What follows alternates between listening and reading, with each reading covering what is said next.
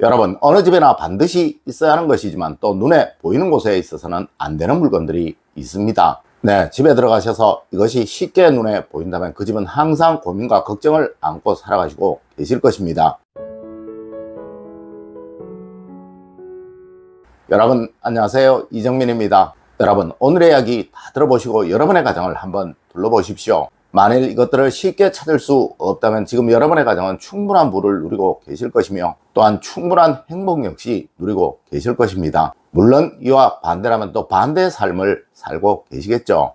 혹시 그러하시다면 무조건 이것들 안 보이는 곳으로 치우시도록 하세요. 첫 번째로 여러분, 수저는 꼭 안 보이는 곳에 두셔야 합니다. 여러분, 수저와 식기는 최대한 안 보이는 곳에 두셨다가 사용하실 때 꺼내어 사용을 해야 하는 거예요. 특히 가족들의 것이라면 이는 무조건입니다. 하지만 대부분의 분들이 찬장이 좁아서 또 편리하니까 이것들을 그냥 밖에 두셨다가 그대로 사용을 하고 계실 거예요. 여러분, 그릇과 수저는 상대에 대한 존중과 대우를 상징하는 대표적인 물건입니다. 네, 아무렇게나 보관해서는 절대 안 되는 거예요. 항상 어딘가에 안에 넣어 두셨다가 사용하실 때 한번 헹궈서 밥을, 국을 담아 내어 놓으십시오. 그리고 가능한 수저는 이렇게 두고 사용하지 마십시오. 이것은 정말 가족에 대한 존중과 대우가 없다는 것을 말하는 거예요. 네, 항상 닫혀진 수저통에 넣어 두셨다가 한번 헹구어서 세팅을 하시는 여러분이 되십시오. 분명 이렇게 하시면 그 가족들은 대우를 받고 있구나, 존중을 받고 있구나 라는 느낌을 가지게 될 것입니다.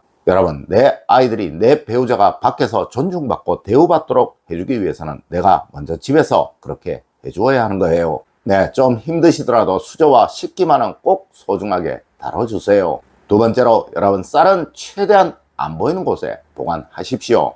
여러분, 과거 수백 년 이상 부를 이어갔던 고택들을 찾아보면 무조건적인 것이 쌀을 보관하는 창고가 숨겨져 있다는 거예요. 네, 절대 눈에 쉽게 보이는 곳에 있지 않다는 것이죠. 물론 타인에게 베풀기 위한 쌀떡은 항상 밖에 내어두곤 하였습니다. 맞습니다. 이것은 남을 주기 위해서 그러한 것이고 내 집안에서 사용을 하기 위한 것은 항상 숨겨져 보관하는 것이 원칙이었다는 것이죠. 물론 쌀떡을 사용하셔도 되고 케이스나 다른 용기를 사용하셔도 되지만 이 쌀을 주방 위에 눈에 잘 띄는 곳에 올려두는 일만은 없도록 하세요. 이는 재물복에 대한 보관 방법이 틀렸다는 것이니 절대 그 가정에서는 돈복이 살아나지 못하게 된다는 것이죠. 네, 한눈에 확 들어오는 곳에만 두지 않으시면 되는 거예요. 세 번째로 여러분, 휴지통은 항상 숨겨서 두는 것이 원칙입니다. 여러분, 의외로 휴지통을 눈에 잘 띄는 곳에 보관하시는 분들이 많습니다. 이는 집안의 사회 기운이 강해지도록 만드는 정말 좋지 못한 거예요. 네, 제가 항상 말씀을 드리지만 선진국일수록 길거리에 더러움이 없고 또 부자들의 집일수록 집안에서 휴지통을 찾기가 어렵습니다. 그리고 어느 곳이든 고급 호텔일수록 휴지통을 찾기가 정말 어려워요. 하여 어떤 경우는 직원이 받아서 대신 버려주는 경우도 있다는 것이죠. 하지만 여러분, 그곳에도 분명 숨겨진 곳에 휴지통은 있습니다. 여러분, 거실에 앉아 눈에 잘 보이는 곳에 휴지통을 두는 일만은 없도록 하세요. 늘 몇 걸음 움직여서 버리시는 습관 꼭 가지세요. 네, 그것이 바로 부자가 되는 습관입니다. 네 번째로 여러분, 돈과 관계되는 것들은 꼭 숨겨서 두십시오. 여러분, 부자들은 항상 안방에 금고를 두고 돈과 관계되는 서류들이나 귀중품들을 그곳에 넣어 보관을 합니다. 네, 그들은 지갑도 절대 책상 위나 식탁 위나 그 외 눈에 잘 띄는 곳에 올려두는 일 없어요. 맞습니다. 돈이 돈을 부른다는 것은 절대 허언이 아니며 그 기운은 모이면 점점 강해지게 되고 흩어지면 점점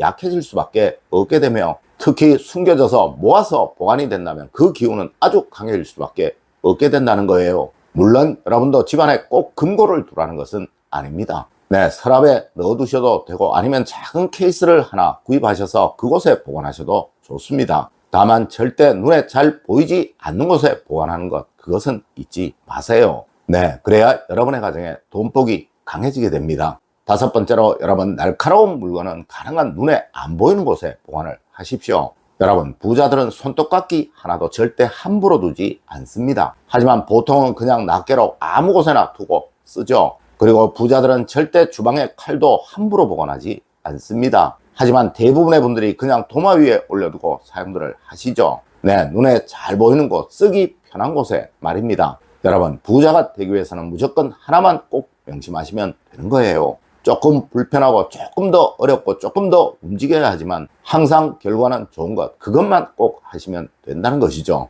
네, 물론 그냥 대충 두고 쓰면 편합니다. 하지만 케이스에 넣어두거나 서랍장 안에 넣어두게 되면 꺼낼 때마다 불편합니다. 하지만 이것이 궁극에는 위생에도 좋고 또 청결하고 누가 봐도 깔끔한 모습이 되는 거예요. 그리고 특히 칼과 같이 날카로운 물건이라면 무조건 이것 지키시도록 하세요. 여섯 번째로, 여러분 주방의 기름류는 무엇이든 안 보이는 곳에 보관을 하셔야 합니다. 여러분, 다른 것은 몰라도 주방에서 무조건 참기름, 들기름, 또 식용유 같은 것은 무조건 눈에 안 보이는 곳에 두고 사용을 하셔야 하는 거예요. 네, 이는 부의 상징이고 돈복을 상징하는 대표적인 것들입니다. 여러분, 어느 집이든 무조건입니다. 이 기름류가 주방에서 눈에 잘 보이는 곳에 보관이 되고 있다면 그 집에는 절대 부가 모이지 않는다는 것이죠. 네, 항상 이것들은 어딘가에 넣어서 보관을 하십시오. 일곱 번째로, 집안의 긴 선들은 무엇이든 안 보이는 곳에 보관하는 것이 좋습니다. 여러분, 어느 선이든 집안에서 선이 많이 보이면 그 집은 항상 걱정이 많고 고민이 많은 삶을 살아가게 됩니다. 하여 부자들의 집에 가보면 선 처리가 안 된 경우가 거의 없는 것입니다. 네, 선들이 아예 잘 눈에 보이지 않는다는 것이죠. 특히 요즘은 휴대폰의 충전선, 그 외 전기 제품들의 충전선이 아주 많을 것입니다. 맞습니다. 과거에는 빨랫줄을 함부로 두지 말라고 했지만 요즘은 이런 선들을 함부로 두지 말아야 하는 거예요. 네, 이런 선들 항상 서랍에 넣어두세요. 절대 눈에 보이지 않는 곳에 보관을 하셨다가 사용하실 때 꺼내어 쓰십시오. 그래야 여러분의 가정에 고민이 없어지게 됩니다.